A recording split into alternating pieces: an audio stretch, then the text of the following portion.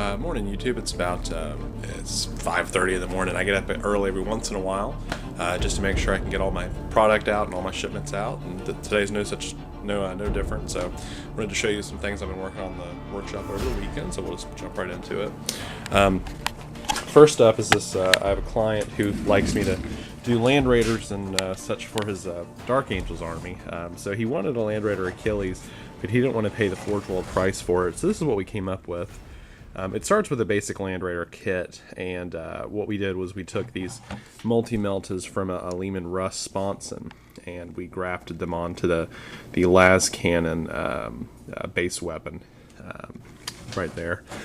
This cannon in the front, which is meant to be a Thunderfire cannon, is mostly built from a Cities of Death pipe from the Manufactorum, and then of course the casing there is from a basic hull-mounted sponson weapon, or hull-mounted weapon, excuse me.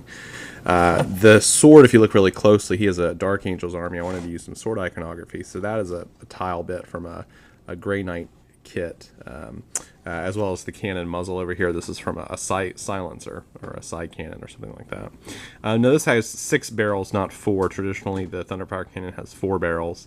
But, you know, because we're trying to do this as a simpler conversion, and I sort of met him in the middle with price, we had to both sort of meet halfway and make some caveats. Rather than me having to scratch build a cannon, we agreed that I could sort of, you know, use existing bits to make it in the right feel for the model. And it feels right. It's the right size and shape.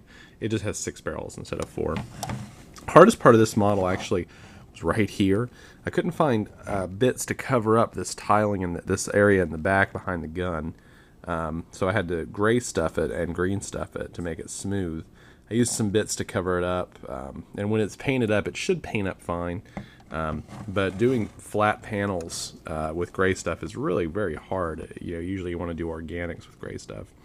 This is the other major difference in the Achilles is that instead of having an open port, it has a closed panel. So basically, I just took off the top panel, put that inside, and plastic welded it. Cut off the sides here. On the sides over, it's hard to see with my finger. Over here on the sides, there's these rests where the doors aren't able to go past. So I sawed those off with a small razor saw, and then I covered those up with plasticard. You can see here on the side these plasticard seams. And then I used these Cities of Death bits to sort of close that up. And this was pushed up and sealed with plastic glue as well.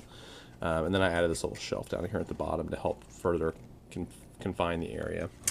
And then I just decked it out with some small bits here and there for the Dark Angels line, books and swords and stuff. So it came out pretty well, I think, overall. Not bad. I put up a unit of Shrikes on eBay. The first units of Shrikes did pretty well, so I wanted to sell some new ones.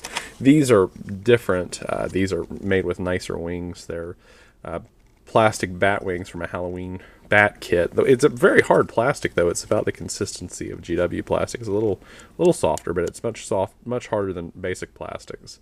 And then those are glued on and gray stuffed in to integrate it into the model. Covers up most of the carapace in the back there. But it's pretty sturdy. It goes on pretty well. I'm going to be selling 3 of these in a set for, I think, 45 or 50.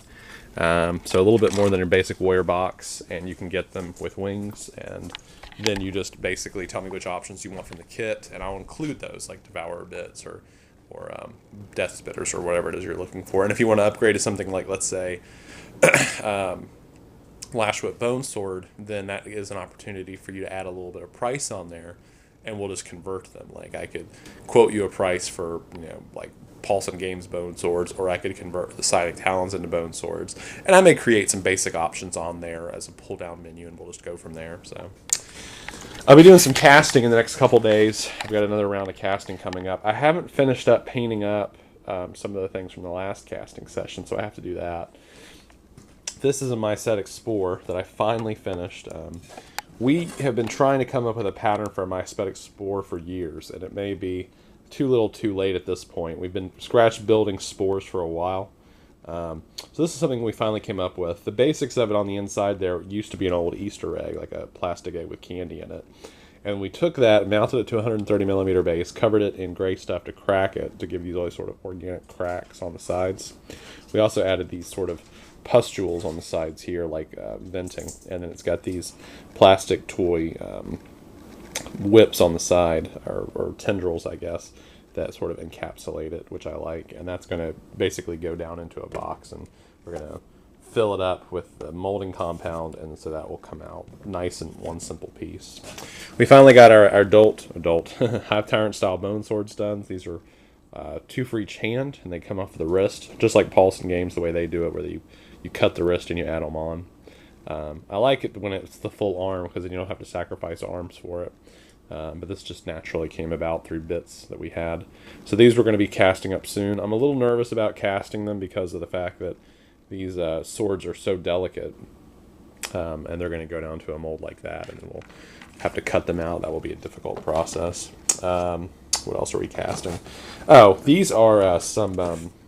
I found these in a CVS pharmacy, and these are toothbrush holders that we crafted up to look like, covered in gray stuff, and textured them with a textured panel to look like Stonehenge stones. And there are markings on either side. You can see on the inside here too. And what we've done is we've glued them to this plastic base, and we're going to cast these as solid pieces. And you'll get a set of 8. I think there's 8.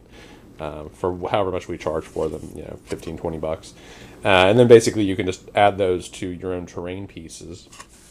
We actually downloaded some demonic sigils online from who knows where, some site. And we sort of mix those in with some Celtic sigils and runes and stuff. And I think they came out pretty well. They should cast fine. They look a little rough, but that's the way they should look if they're man-hewn. Okay, well, I guess that's about it.